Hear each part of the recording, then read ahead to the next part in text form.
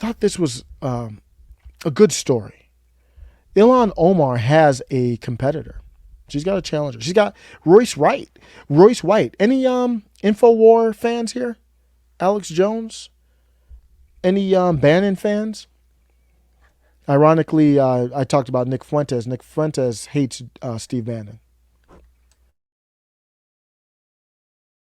It's part of the reason why I like Nick Fuentes because I need a balance on the non-left I like balance to balance out Steve Bannon.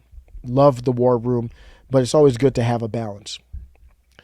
And but the reason I bring him up is Royce White is running, and this is Minnesota's fifth, I think. I think this is Minnesota's fifth district. Royce White is running. I like Royce White a lot. If you like this channel, you'll probably like Royce White. Google Royce White, former NBA player, because he was on with Alex Jones, Steve Bannon. I don't know if he was on with Tucker or not, but it's unlikely. That's a heavy Democrat district, and I'm going to talk about the Republican challengers here. This is Shukri Abdurrahman. So Shukri Abdurrahman is the challenger here, and she tweets about Ilhan Omar. They'll have to, whoever wins the Republican will go up against Ilhan Omar. Ilhan Omar was given a second chance when America took her in, but chose to ridicule the very country that saved her life. When I was welcomed as a legal American citizen, I responded by joining the U.S. Army. That's much respect. Now I'm taking a stand to give hope to the people of Minneapolis. So I just want to share. I don't know much about her. I just wanted to share, people who are running for office. Let me know if it's too loud. Yeah, I got to fix that. The volume always starts default loud. So sorry about that if I'm blowing the speakers out, but let's bring it back here. My father was taken in the middle of the night by Mohammed Ziad Barre's regime. Eventually, he was returned to us, but Barre's men had poisoned him for refusing to join his regime.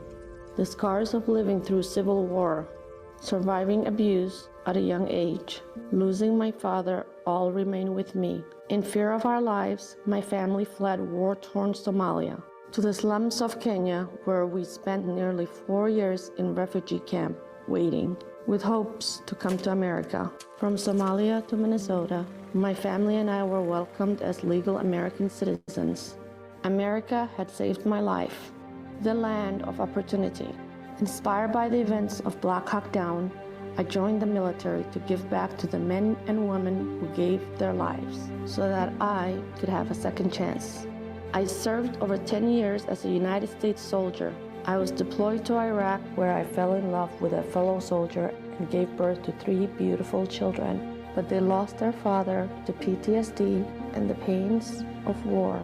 My husband was a different person that we no longer recognize.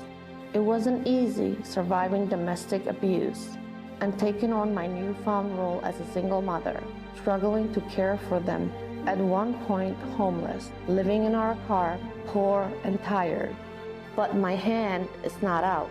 I still believed in the American dream, resistant to become helplessly dependent on a system I have seen vulnerable communities and so many of my brothers and sisters become enslaved to, rather than empowered to truly prosper in the land of the free.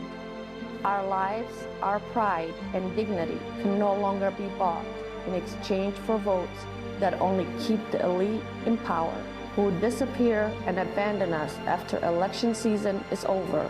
The self-aggrandized political class who do not represent the people. My name is Shukri Abdurrahman, and I'm running for Congress in Minnesota. I am a survivor, a refugee, a mother, a Black Muslim, but above all, I am a Minnesotan and an American, just like you. I like that. I like that ad a lot. And it's just an intro. And, when you're getting to know somebody, that's how it starts. Like, who are you? What are you about? And I think it was a good start. You're looking at the race there in Minneapolis. a little closer, we see that I hate that I can't see the money because that's what matters. But when you look at it, we've got Shukri and then Royce White there. So we're going to see who's going to come out of that. I like, I know Royce White way more, but I like both of them, at least what I've seen. So, how did the Twin Cities become a hub for Somalis? If you might, I used to live out there. Um, yeah, I enjoyed my time in Minnesota. Things were. I was out there when it, Philando Castile, Philando Castile situation happened, and man, there's just so many incidents out there. I don't know what's going on, but it's there's a big. If you're not familiar, there's a big Somali because you're seeing obviously Ilhan Omar is Somali, and then actually Shukri is as well, because there's a big population out there of Somali immigrants. That it's a weird dynamic because when you think Minnesota, at least when I do, I think Scandinavian, Norwegian, that type of stuff. Basically blonde hair, blue eyes is mostly what you think about there. But it is a good contrast to have different people there. In the United States, this is a beautiful part of America. When we talk about immigration, I don't want it to seem like I'm against immigrants. America is a country of immigrants. We have a process, though, and we have a process for a reason. And this here United States was issued visas to Somali refugees displaced by civil war in the early 90s. Initially, Somali community settled in other parts of the country, particularly in San Diego, over on the West Coast, but struggled to find work with little education and English language skills. And back then, there was a lot more American jobs, and especially out there in Minnesota, you could get a job in a meat processing plant, and you got the opportunities. Robots are taking a lot of these jobs, and a lot of these jobs are not this particularly, but are now overseas, China and other places. But they started coming over, and they were actually welcome there. Like it wasn't like a tension or beef or anything like that. Food is great. Oh my goodness, there's a Somali market out there. Forgot the name of it, but you go in and there's all these different booths and different food. There's a food court and all different clothing and stuff like that. But I just think that's a beautiful story. My parents are immigrants from Jamaica. My brothers and I were born here, Cleveland, Ohio. But I think there's a perspective. That's what I felt when I saw Shukri's video there. There's a different perspective that immigrants might have on America, especially if they've come through and gone through the legal process to become Americans. So that'll be interesting to keep an eye on. Is obviously fighting an uphill battle against Ilhan Omar, one of the most famous members of the House out there. But I'll keep an eye on it. Let me know what you think. Let's look at the comments.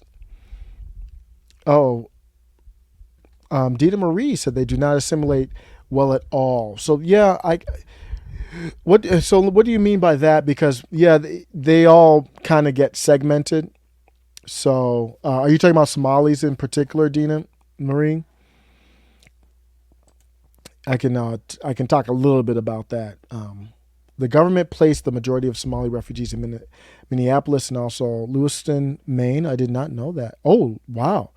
Lewiston was ruined. Wow. Now, why did that happen? Was it because the problem is they went to areas where they could get low skill jobs. There's a lot of people, so where are they going to work? And we're going to have that problem now. I mean, immigrants coming just flooding over, don't know the language well. What are they going to do? Okay, so she's talking about Somalis. So here's my thing with that is, yeah, they pretty much stayed within, you knew this was a Somali area, this was not. So I wouldn't say, so they didn't assimilate that way. but I maybe my expectations are too low, and it's a great point. Thank you, Dina, because I made it. I didn't want to make it sound like it was all mixture and all happy, but there wasn't. I didn't get the sense that there was beef or tension, at least when I was out there in Minnesota. So I didn't even really get the feeling that people looked down on Somalis. It's just they lived in different areas.